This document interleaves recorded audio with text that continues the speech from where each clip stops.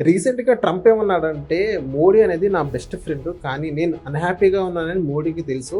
So, ఇప్పుడు నన్ను హ్యాపీగా చేయాల్సిన బాధ్యత మోడీది అని చెప్పడం జరిగింది. ఎందుకంటే, ఇండియా అనేది రష్యా నుంచి ఆయిల్ కొంటుంది. అందులో నేను అన్‌హ్యాపీగా ఉన్నాను.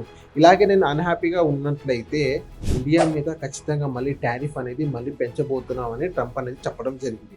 సో, దీనిపైన ఇండియా ఎలా రియాక్ట్ అవుతది? ఇంత బ్యాక్ కేస్ మనం చూస్తున్నట్లయితే ఒక 3, 4 డేస్ బ్యాక్ మనం చూసుకున్నట్లయితే సో, యూఎస్ ఏం చేసింది? వెనిజులా ప్రెసిడెంట్‌ని తీసుకురావడం జరిగింది. సో, ఎందుకు తీసుకొచ్చారంటే వాళ్ళిద్దరు ఏదైనా రీజన్స్ అనేది చెప్పడం జరుగుతుంది. కానీ అసలు మెయిన్ రీజన్ ఏంటంటే వెనిజులా దగ్గర హ్యూజ్ ఆయిల్ రిజర్వ్స్ అనేది ఉన్నాయి. అది కూడా ఎంత ఉన్నాయంటే సౌదీ అరేబియా కంటే కొంచెం ఎక్కువగానే ఉన్నాయి. సో, ఆ వెనిజులా ఈ ఆయిల్ యాక్సెస్ అనేది మనకి అమెరికాకి ఇవ్వట్లేదు.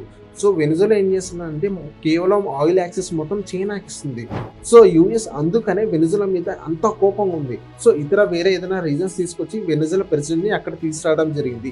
ఇన్‌ఫాక్ట్ వెనిజులా ప్రెసిడెంట్ తీసుకొచ్చిన తర్వాత చాలా హ్యాపీగా ప్రొటెస్ట్ చేశారనమాట. ఎందుకు ప్రొటెస్ట్ చేశారంటే సో, అక్కడ వెనిజులాలో ఏంటంటే అన్‌ఎంప్లాయ్‌మెంట్ ఎక్కువ ఉంది. ఇంకోటేంటి ఇన్‌ఫ్లేషన్ అనేది విపరీతంగా పెరిగిపోయింది. సో, అందుకని అక్కడ వెనిజులా పీపుల్ కూడా చాలా హ్యాపీగా ఉన్నారు. వెనిజులా ప్రెసిడెంట్‌ని తీసుకెళ్ళినందుకు. థాంక్ యూ ట్రంప్ అని ఒక ప్లే కార్డ్ కూడా మనం చూసాం. సో, ఇది జరుగుతుంది ఓవరాల్‌గా వెనిజులా పైన. సో, కేవలం వెనిజులా పైన ఎందుకు తీసుకొచ్చారంటే ఆయిల్ రిజర్వ్స్ వాళ్ళ దగ్గర ఎక్కువ ఉన్నాయి కాబట్టి ఆ యాక్సెస్ అనేది అమెరికాకి ఇవ్వట్లేదు. మొత్తం యాక్సెస్ అనేది మెజారిటీ ఆఫ్ ది యాక్సెస్ అనేది చైనాకి ఇస్తుంది. సో, అందుకనే వెనిజులా ప్రెసిడెంట్‌ని తీసుకురావడం జరిగింది. ఇది బ్యాక్ కేసులో.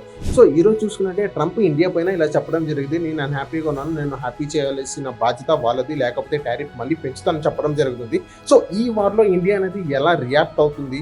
ఇంకోటంటే నిజంగా ఆయిల్ అనేది రష్యా నుంచి పర్చేస్ చేయడం తగ్గిస్తారా? లేకపోతే ఇంకా పెంచుతారా? అంటే ముందు ముందు వేచి చూద్దాం. అందులోకి మా పేజ్‌ని ఫాలో అవ్వండి.